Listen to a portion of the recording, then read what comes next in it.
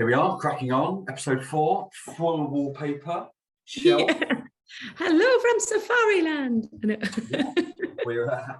We are full dazzle. Dazzle. Yeah, love it. I absolutely love it. Have many people started it as a conversation piece, like, oh, like your wallpaper? And...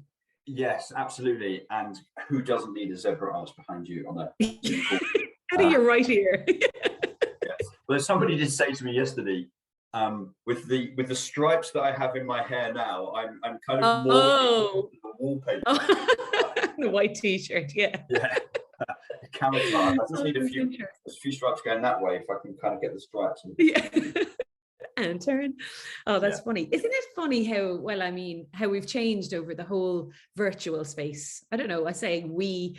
I mean, no, I don't know who I'm talking about there really, but I was watching some backgrounds and some people facilitating conversations online, and people have got a little less interesting with their backgrounds and a little less engaging in the hosting part. It's just like, click in, you're on Zoom. Whereas before it was like some music and some different, kind of spacey backgrounds. People have got boards playing around with things and they're just like, log in, log out. So you've reignited my my energy levels to make something more creative than this white wall here. Sorry, trying to be professional with a white wall and half a mirror. So why do you reckon that is?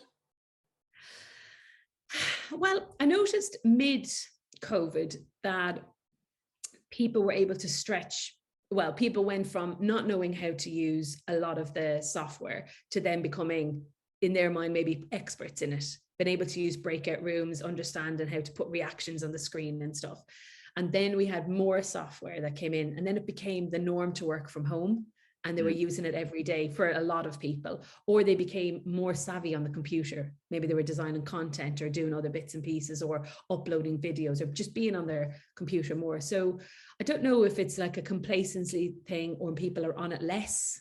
I don't know. I think it's an interesting question, because does it reflect our coaching? Do we get boring and less creative as we go along? Do we lose focus on how important some of that is without having bells and whistles and losing the message? Is it important to plan and prepare, the interest? So the waiting room that you came into today before you came on, that's from the last Myths of Sports Coaching review. And I thought, oh, that's disappointing. But it would mean that I have to go into the Zoom settings every time to have a generic one and then change for that and change for other. But it makes a difference, it might make some people feel welcome. Don't die in the call.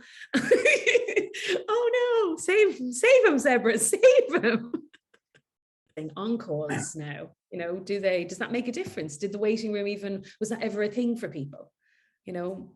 I used to have music at the start of some of mine, and I enjoy music too. So it's probably for some, they were like, oh, get rid of that music. But yeah. Now, something in there was really interesting. Lots of it was interesting, but something was really interesting. Is a background part of what should be our brilliant basics? The stuff that you do all the time. And therefore you said, does this link to coaching? How often in coaching do we forget the brilliant basics and worry about the new little shiny 1% thing that we think is going to make a difference because we've listened to a podcast or we've read something on social media, and then we focus on that, we do that, and we forget the 70% that we should get right every single time. I love it. Pause moment, mic drop, end of episode.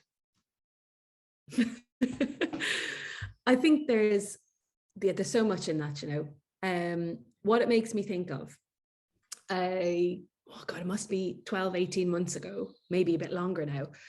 I did a guest lecture in Lincoln Uni, and I spoke about Dave Brailsford's work when he joined the Sky team and the 1%, the marginal gains. And if we don't have a solid foundation or clarity on where you're at, your awareness to people in front of you, then adding something on top of it, the key takeaways that people say at the end of stuff, because you're then you're just sticky plastering stuff on, or you have a vague idea. Now, great that you can adapt or adopt something that you're using and make it kind of cooler, maybe different, better, more engaging. I'm not saying that part, but there has to be a solid foundation of the brilliant basics. And I love what you've said there, every time. So what is the sport, the game, the training session asking of you or of the players? And it's not your training session, it's theirs, it's ours. And there's a lot of components, and I'd love to be challenged on this to help me change or alter my perspective, not necessarily to change it fully, but, you know, I think what you wear to training is important. I think what you wear to games, I saw an interview with a basketball coach at WNBA, no, maybe WNBA or college, maybe it was coming up to March Madness. I think it was Dawn Staley. I'll have to get better, more concise than that. Anyway, and she said she goes into a suit and she's got heels and she's on the side of the court. Now, I don't imagine that they talk much to the male coaches about their suits, but anyway. And I think it was a fluorescent pink one. And they were talking about her, you know, the suit now important and whatever question was there like that. And she said, well, I'm going to work. I'm getting dressed and this is what, you know, I mean, business in this. So I think, you know, whether it's what you wear, the type of equipment that you have, not necessarily the top end stuff, but how you use it. Is it, you know, broken and dangerous, or like all little small things that we keep it together and, you know, use it. And anyway, I'm waffling on now, but I think there's components of a session as well as the delivery of the brilliant basics that make a bigger picture, that it, you know, are part of the environment, the creation of this space that people can enjoy the experience. So, what are your top 5 brilliant basics? God, and I love how unplanned this is, because I get the rich, authentic version of you. And I know what's going to happen is you're going to message me after and go, should have said that one, should have said that one, should have thought that one. But that's okay, because there'll be loads more. But top 5 things that come to mind for you. What are those top 5 brilliant basics? Okay, I'll do 2 off the bat. I'm going to pass the ball to you for 1, and then I'll take the other 2. Give me a bit of, make sure I get the right ones. Listen, they're easy. They're probably easy for me to come with because I don't really change, whether it's I'm coaching or I'm meeting people. It's the planning and preparation. I've got to think about it. Even if I'm traveling on the tube to meet you in London somewhere, I'll think about the last conversation we had. I'll think about what, you know, how excited I am or what I want to get out of the conversation or where we might go and where would be a nice space. And have you seen that space before? So it's in relation to coaching. I might plan, as we have endlessly talked about, the detail, the momentum, the numbers, the inclusivity part of it. So the planning part of that. I mentioned there inclusive. I'm a big, even in groups of friends, I'm a big believer in having people included. It doesn't mean that I want to give everybody equal time because I have that competitive side and performance side, but I want to make sure that everybody understands, feels included, has a go, enjoys the experience or their version of enjoyment. So inclusive and planned, they're my 2 at the start of the brilliant basics. Baton to you, and then I'll take the other 2. Lovely, really important ones. My first one will be check in, eye contact with every single, in my world, kid, person, participant, player that is there. But I'm going to go one step further than that. So it's a genuine, how you doing? And a collective, how are we doing? What's been the highlights of our week? And every person telling me about the highlight of their week and listening to each other. So we start to develop that. But for me, it's that check-in with everybody as an individual. How you doing? Even if it's just a little fist pump. Lovely to see you. Yeah. But I'm also going to go a little bit one step further on. And for me, as a grassroots coach with a group of under 8s, it's also saying hello to their parents. Oh, love it. Because it's, I work with the kids, but this is a community of people that have come together to help a younger generation find their way in the world. And we're all part of that community as parents, as a coach. It's not just me, the kids, and the parents on the side. So it's say hello and check in with everybody. as an individual, that eye contact, make them feel valued and say, look, I'm, pleased to see you. Oh, I love it. I really, really love that. And I know it's true. True. There's the Irish coming out of me. I know it's true to you, because when we came on this call, you asked me, which we also didn't discuss. You asked me how it was. You gave space to answer, and you didn't offer solutions. You just listened, and I needed that space. I shared, and I really valued that. And there wasn't an opportunity for me to, not an opportunity, sorry. There wasn't a moment where I felt I was going to get a list of, well, I think you should have done this and you should have done that. And if you thought about it, so it was really nice. So I know that's true to you in every day as well. Another one that people won't be surprised about is energy. And I don't think that necessarily for everybody, it might be easier, let's say, for some than others, but people will know from listening either here or they in real life, I'm very passionate about certain things. I'm very animated, but a lot of energy goes into it.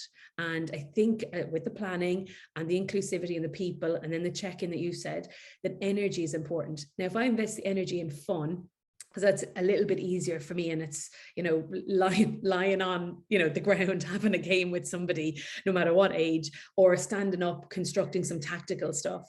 It's connecting with the people with the fun and passion that's genuinely inside me to give the energy, because that could be the moment in their day that they have been most looking forward to. Not me, the session, the camaraderie, the competition. And if I can get my energy level up and be aware that 90 minutes, an hour, 2 hours is really important, and I've got my boundaries, and I've got my chill out time, then I think that's my number 4. Have you got one? Can I bat it back to you for 5? No, it's back to you.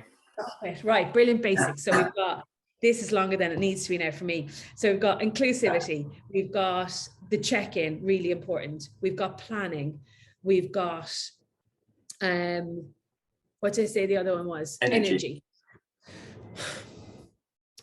Okay, this is another one. And I think this is important. Know your stuff. So I would put empathy in there, but to do some of the other stuff that we've talked about, empathy needs to kind of underpin that. Care needs to underpin that. See, I'm trying to squeeze 6 and 7 in, but I think those words are intertwined, right? But I think knowing your stuff. Now, I'm not taking in the, you've got to play it to coach it, argument / myth in the chapter of Myth and Sports Coaching book, came out in December. I'm talking about just in the planning part, knowing what you're talking about and having done a little bit of research. If it's a formal qualification or if it's informal and you're learning, that you understand how important it is to take what you're doing to the next level, differentiate it and stuff like that. And I've experienced that a lot in the last couple of years, and obviously in different environments, in a positive way, where coaches have gone, oh gosh, I think I need some more information on that. And I might ask a couple of questions and they go, oh, actually, I did know that. And I can go to this person to get more about that, because I want to bring on, maybe I want to know more about skill acquisition, or I might want to know more about these, the word affordances that's popping up in different places. What does that mean in my environment and the ecological dynamics and all this stuff? Or actually, in not so good ways, people saying, oh yeah, but it's that way. Oh, why is it that way? Oh, because it just is. Oh yeah, but they've done that 8 times before, so they don't need to be included. Have they? How do we know? So underpinning and knowing what you're talking about, just so we're in a good place. And you may have a responsibility in your environment to bring other coaches or parents or volunteers with you, or to know how to learn from others. So that whole kind of knowledge, learning, development piece, I think that's a basic. There you have it. 5 brilliant basics. 5 brilliant basics. I will text you after this and go, Wi-Fi, why me? Why?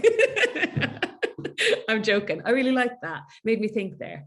And I do think I do that to my own detriment sometimes in the knowledge part, because I do lack confidence in certain areas, and I don't back myself enough in others, which is interesting, because when I come on to, sometimes, I think we've spoken about this before, sometimes when in the UK coaching days, and I was doing webinars or hosting sessions, and my wife would walk into the room, there would be like 100 post-it notes on the back wall. Or when we did the skill acquisition conference recently, I was quite nervous going on to that. And I know some stuff in that area, but I don't want to pretend I know more than I do either.